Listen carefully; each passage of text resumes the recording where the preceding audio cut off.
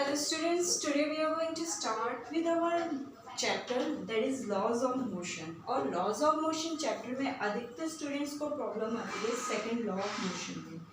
Now what is second law of motion? Second law of motion क्या है actually?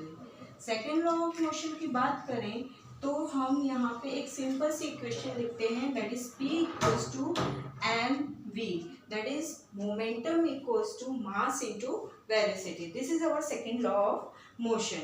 अब अगर हम इस इक्वेशन को डिराइव करना चाहें कि एक्चुअली में ये हमारे पास कहाँ से आया, तो सपोज करो एक हम एग्जांपल ले लेते हैं, एक डेरिवेशन करते हैं हम लोग सेकेंड लॉ ऑफ मोशन की कि किस तरीके से सेकेंड लॉ ऑफ मोशन हुआ. तो सपोज एन ऑब्जेक्ट, एक ऑब्जेक्ट लिया जाए, suppose an object of mass m, एक ऑब्जेक्ट का मास है, ऑब्जेक्ट मास m, एक ऑब्जेक्ट का मास है m. ओके, नाउ हमने एक ऑब्जेक्ट लिया जिसका मास है m और वो एक स्ट्रेट लाइन में मूव कर रहा है विद वेलोसिटी, इनिशियल वेलोसिटी और फाइनल वेलोसिटी हम पहले ही डिस्कस कर चुके हैं कि विद इनिशियल वेलोसिटी क्या होती है students? Okay, very good. Initial velocity होती है u. Okay, with initial velocity u and having a constant velocity, that is final velocity उसकी क्या होगी? v होगी. फाइनल वेलोसिटी क्या होगी? v होगी. अगर कोई ऑब्जेक्ट मूव कर रहा है तो उसकी इनिशियल वेलोसिटी u होती है और फाइनल वेलोसिटी होती है v और वो ऑब्जेक्ट का मास है m. ओके, नाउ अगर हम बात करें कि मोमेंटम क्या है, इस टर्म में हम मोमेंटम को किस तरीके से डिफाइन करेंगे, तो अब हमारे पास दो अलग टाइप की वेलोसिटी है. मतलब हमारे यहाँ पे मोमेंटम में भी चेंज आ रहा होगा. क्यों चेंज आ रहा होगा? कि जब मोमेंटम उसकी इनिशियल वेलोसिटी के साथ होगा, जब इनिशियली वो ऑब्जेक्ट मूव करना स्टार्ट कर रहा होगा तो उसके इनिशियल वेलोसिटी के साथ मोमेंटम अलग होगा और फाइनल वेलोसिटी के साथ मोमेंटम अलग होगा. दैट इज कि अगर हम बात करें P1, तो P1 क्या होगा? mu होगा.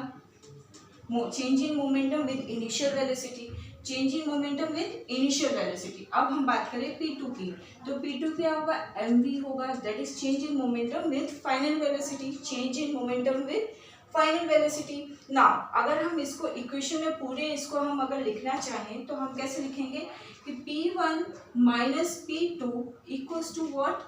P1 minus P2 equals to, that is P1 P2 क्या है? चेंज इन वेलोसिटी है, चेंज इन मोमेंटम है. ओके, चेंज इन मोमेंटम है, that is change in momentum equals to mu minus mv. हुआ या नहीं हुआ?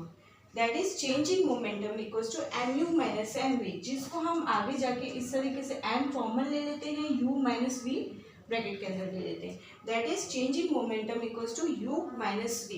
अगर हम बात करें कि rate of change of momentum, अब हमारे पास चेंज इन मोमेंटम आ गया, मतलब मोमेंटम में चेंज होगा तो हमारा की क्या इक्वेशन होगी?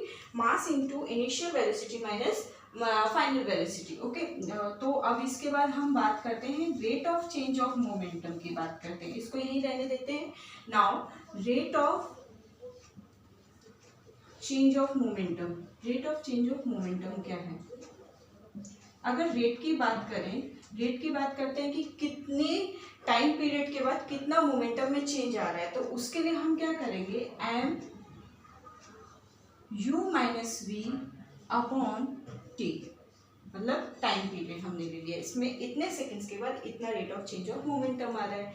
अब अगर बात करें एक कांस्टेंट फोर्स की जो कि अप्लाई होने वाली है, एक हम यहाँ पे एक फोर्स का फॉर्मूला आपको हमेशा से पता है, F equals to mass into acceleration होता है, ये सबको पता है.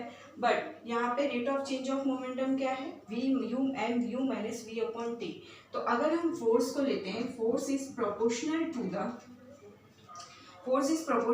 द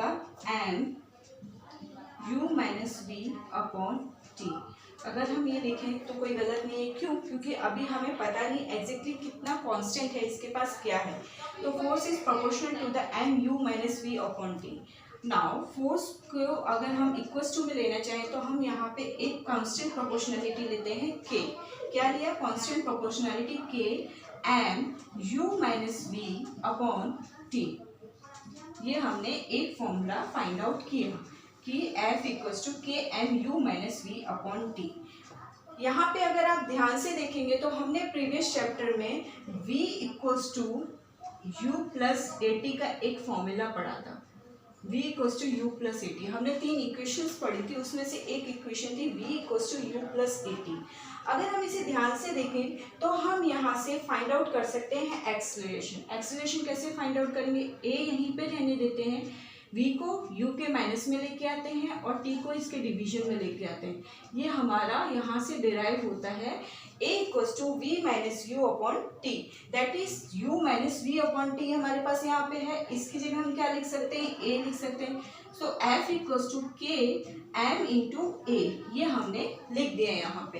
क्यों, क्योंकि v u minus V upon T equals to acceleration होता है, दैट मीन्स। और दूसरी बात, हमारा k हमेशा क्या रहेगा, कांस्टेंट प्रोपोर्शनैलिटी है तो उसको हम 1 कंसीडर करेंगे, k को हम 1 कंसीडर करेंगे, that means f equals to mass into acceleration हमारा प्रूफ हो जाता है कि हाँ f equals to mass into acceleration होता है। ये तो हो गया हमारा सेकेंड लॉ ऑफ मोशन की बात हो गई कि f equals to mass into acceleration होता है। अब अगर हम बात करें इसी में आगे, अगर फर्दर बात करें फर्स्ट लॉ ऑफ मोशन की बात करें तो फर्स्ट लॉ ऑफ मोशन में क्या है, f equals to mass into acceleration ही है। बट अगर हम इसको वापस इस फॉर्मूले में डाल के देखें तो हमारे पास क्या मिलता है, यहाँ पे इस फॉर्मूले को लेते हैं फ्रॉम इक्वेशन 1, ये इक्वेशन 1 है। इस इक्वेशन में से सॉरी मुझे थोड़ा इरेज करना पड़ेगा।